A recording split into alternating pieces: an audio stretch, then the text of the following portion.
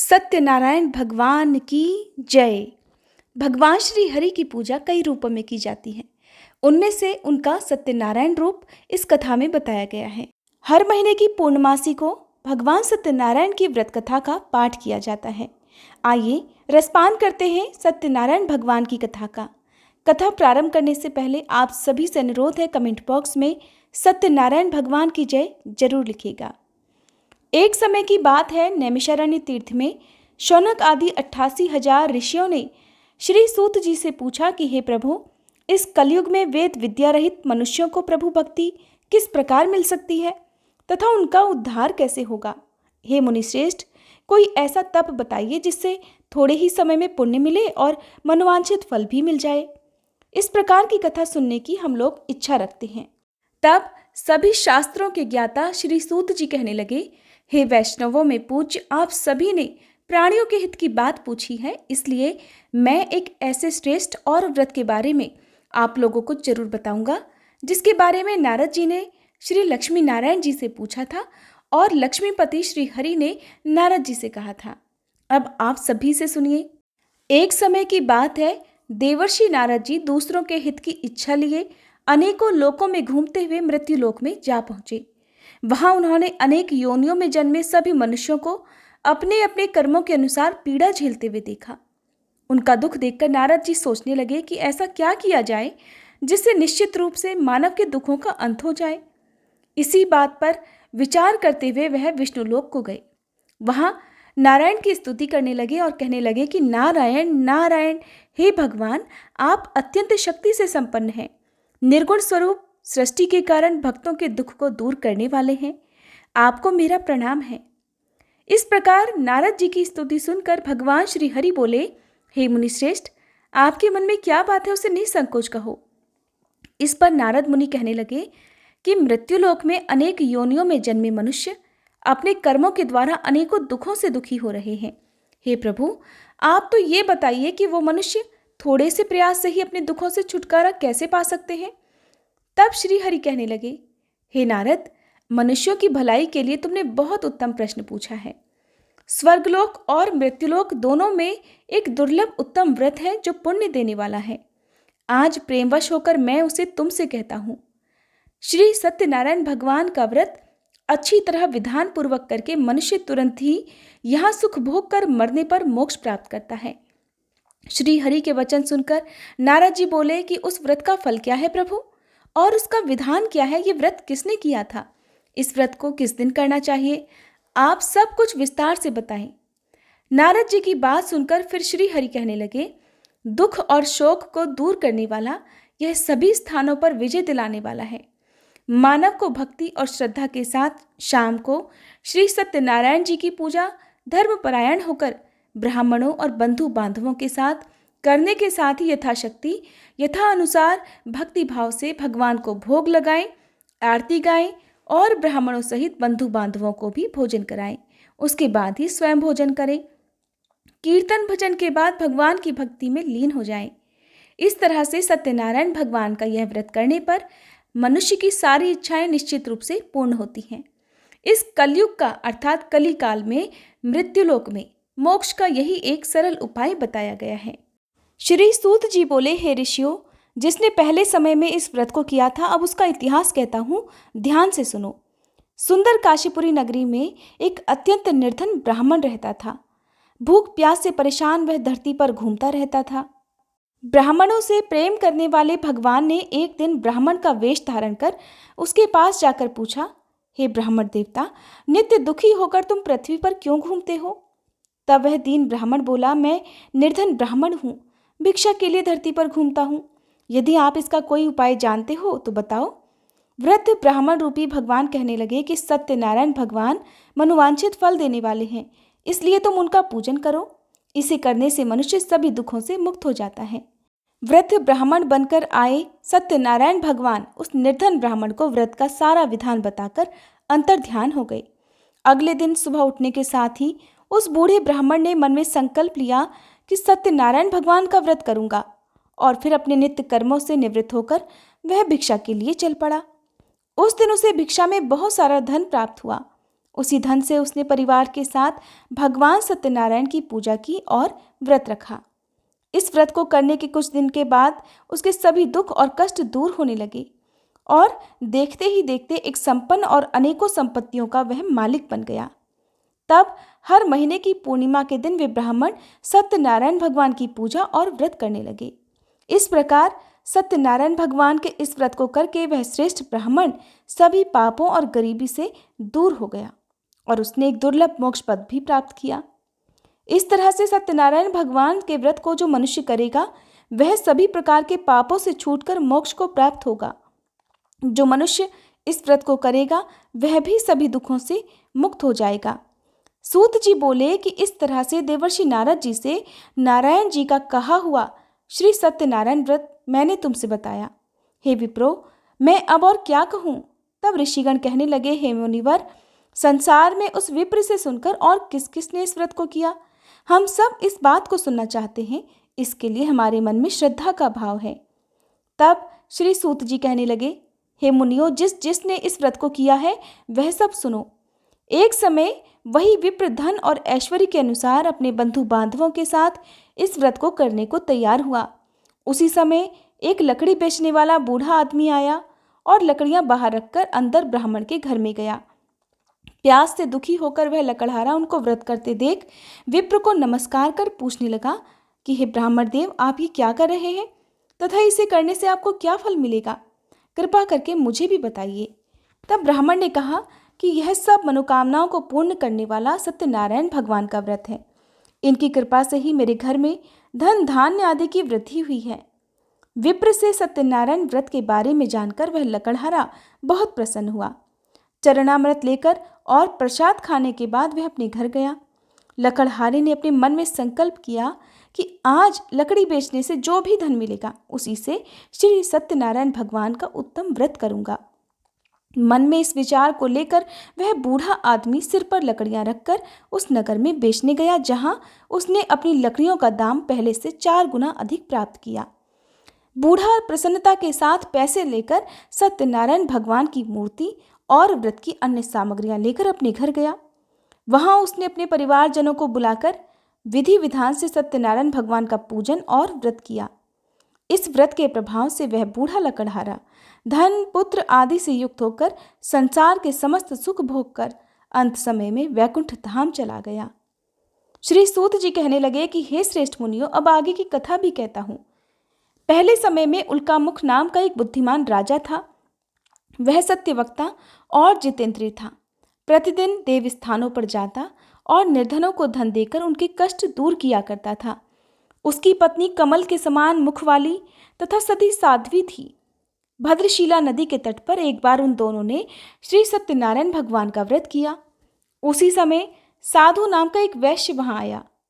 उसके पास व्यापार करने के लिए बहुत सारा धन भी था।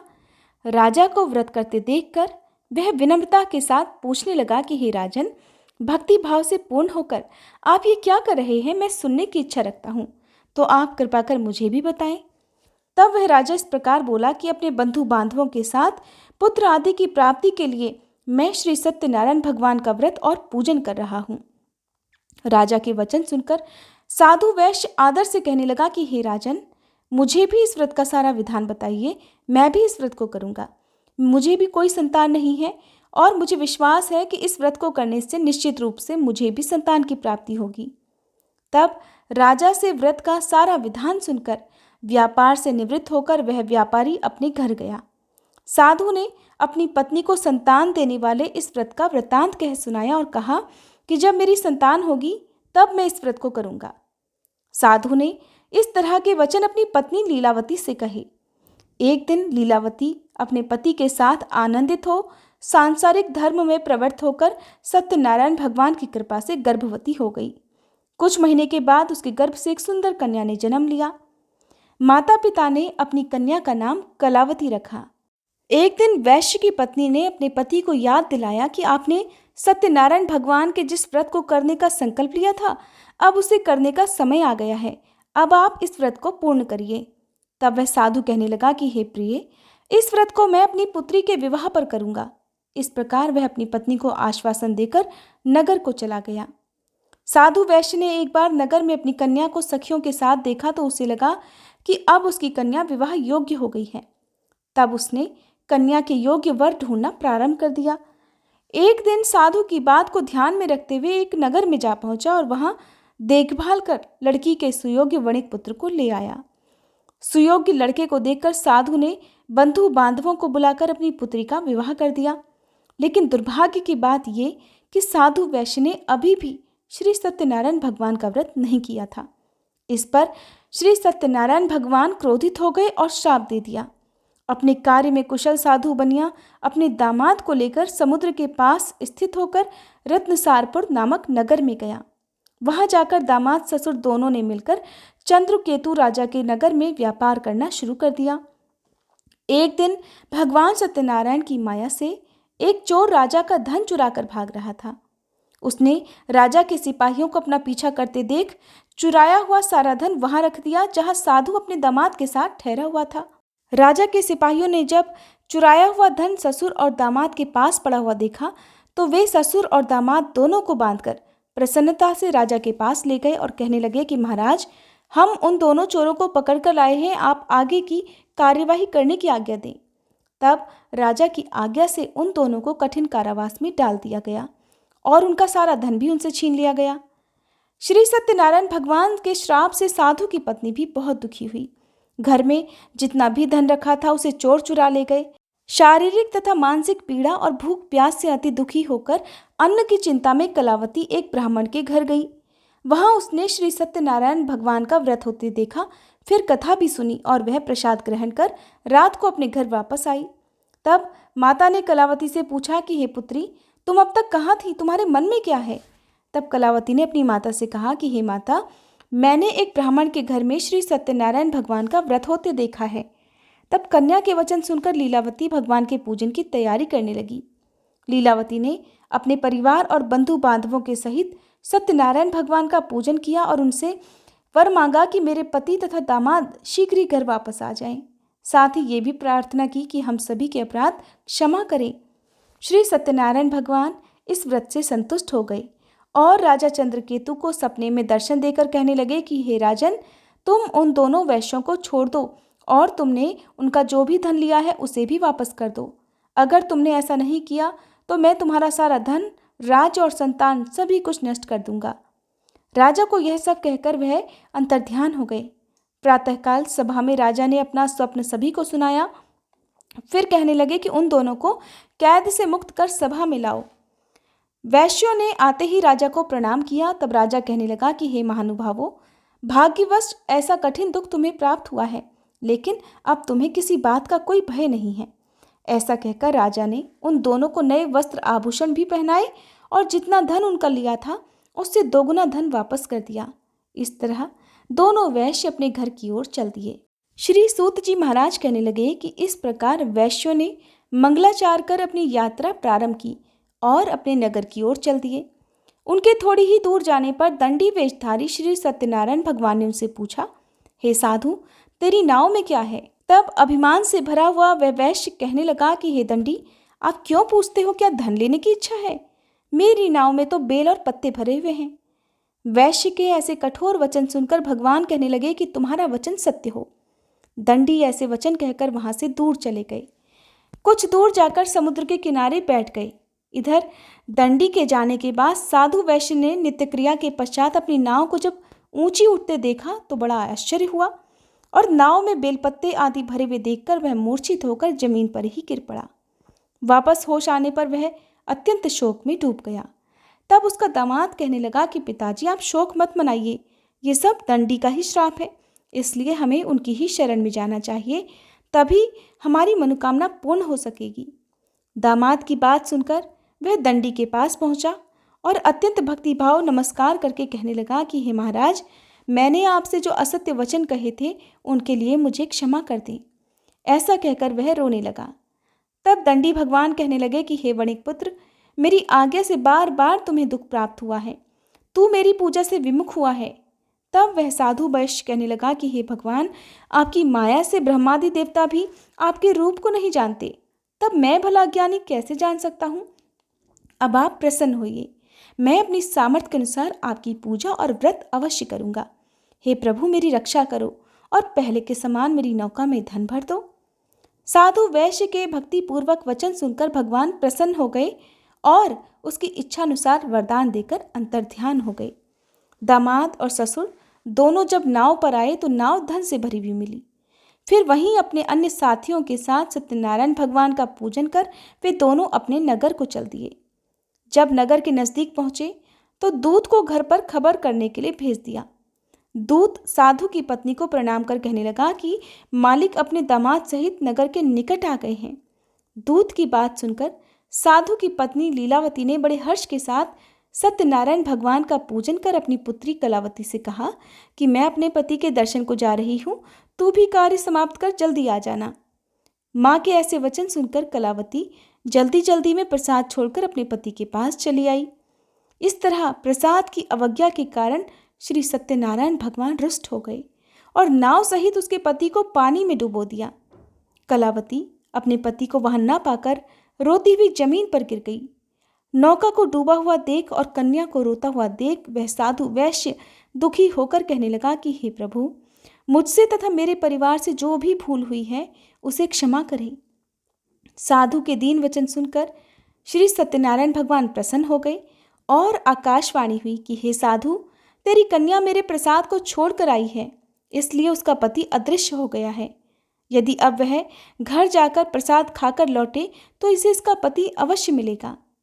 ऐसी आकाशवाणी सुन कलावती ने वैसा ही किया जैसा आकाशवाणी के दौरान भगवान ने कहा था।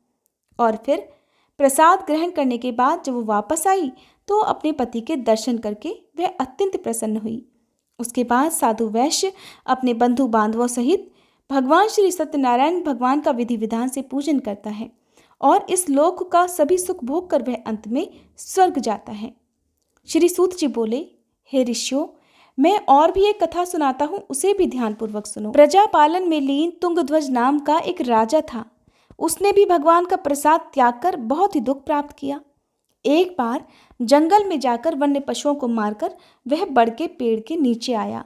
वहां उसने ग्वालों को भक्ति भाव से अपने बंधु बांधवों सहित सत्यनारायण भगवान का पूजन करते देखा। अभिमानवश राजा ने उन्हें देखकर भी पूजा स्थान में ना तो वह गया और ना ही उसने भगवान को प्रणाम किया। ग्वालों ने राजा को प्रसाद दिया, लेकिन उसने वह प्रसाद भी नहीं खाया और प्रसाद को वहीं छोड़कर अपने नगर को चला गया। जब राजा अपने नगर में पहुंचा तो वहां सब कुछ तहस नहस हुआ पाया, तो शीघ्र ही वह समझ गया कि ये सब भगवान के अनादर का ही परिणाम है। तब वह दोबारा ग्वालों के पास पहुंचा और विधिपूर्वक पूजा करके प्रसाद खाया तो श्री सत्यनारायण भगवान की कृपा से सब कुछ पहले जैसा ही हो गया और फिर दीर्घ काल तक सभी सुख भोग कर अंत में वह मोक्ष पद को प्राप्त हुआ। जो मनुष्य परम दुर्लभ इस व्रत को करेगा तो भगवान सत्यनारायण की कृपा से उसे धन धान्य की प्राप्ति होगी। इस व्रत के प्रभाव से निर्धन धनी हो जाता है और भयमुक्त होकर जीवन जीता है। संतानहीन मनुष्य को संतान सुख प्राप्त होता है और सारे मनोरथ पूर्ण होने पर वह मनुष्य अंत में वैकुंठ धाम को जाता है। तब श्री सूत जी कहने लगे कि जिन्होंने पहले इस व्रत को किया है, अब उनके दूसरे जन्म की कथा कहता हूँ। वृद्ध शतानन ब्राह्मण ने सुदामा का जन्म लेकर मोक्ष की प्राप्ति की। लकड़हारे ने अगले जन्म में निषाद बनकर मोक्ष प्राप्त किया। उल्कामुख नाम का राजा दशरथ होकर वैकुंठ लोक को गए। साधु नाम के वैश्य ने मोरध्वज बनकर अपने पुत्र को आरी से चीरकर मोक्ष पाया और महाराज तुंगध्वज ने स्वयंभू होकर भगवान में भक्ति युक्त होकर कर्म कर मोक्ष प्राप्त किया। श्री सत्यनारायण भगवान कथा समाप्त हुई। कथा समाप्त होने के बाद प्रेम से जयकारा बोलना चाहिए। बोलिए सत्यनारायण भगवान की जय। अब सुनिए श्री सत्यनारायण भगवान की आरती। ओम जय लक्ष्मी रमणा स्वामी, जय लक्ष्मी रमणा, सत्यनारायण स्वामी, सत्यनारायण स्वामी, जनपातक हरणा, जय लक्ष्मी रमणा, रत्न जटित सिंहासन अद्भुत छवि राजे, स्वामी अद्भुत छवि राजे, नारद करत निराजन घंटा ध्वनि बाजे, जय लक्ष्मी रमणा। प्रकट भय कलि कारण द्विज को दर्श दियो, बूढ़ो ब्राह्मण बन के कंचन महल कियो। जय लक्ष्मी रमणा।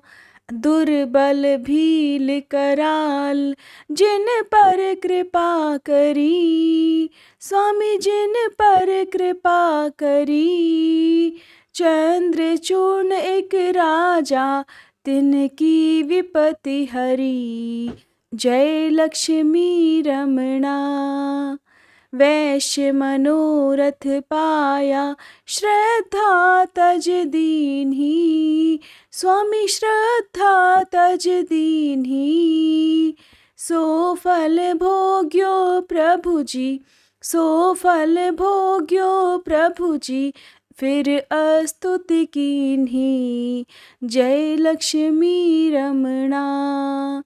भाव भक्ति के कारण छिन छिन रूप धरियो, स्वामी छिन छिन रूप धरियो।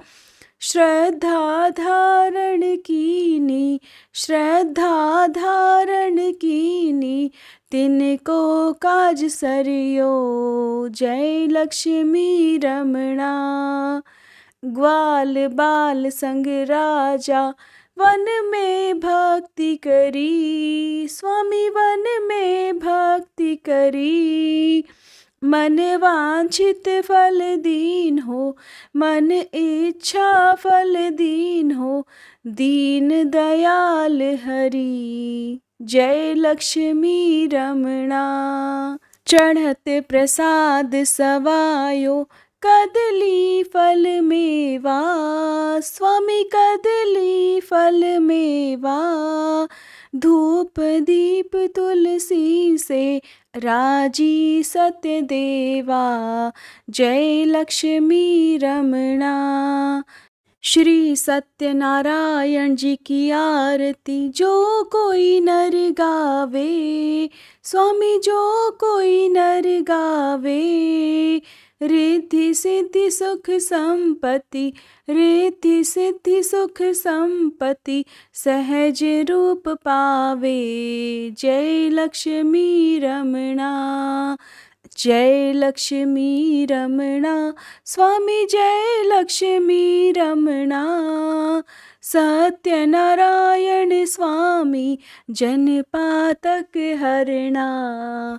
जय लक्ष्मी रमणा, स्वामी जय लक्ष्मी रमणा।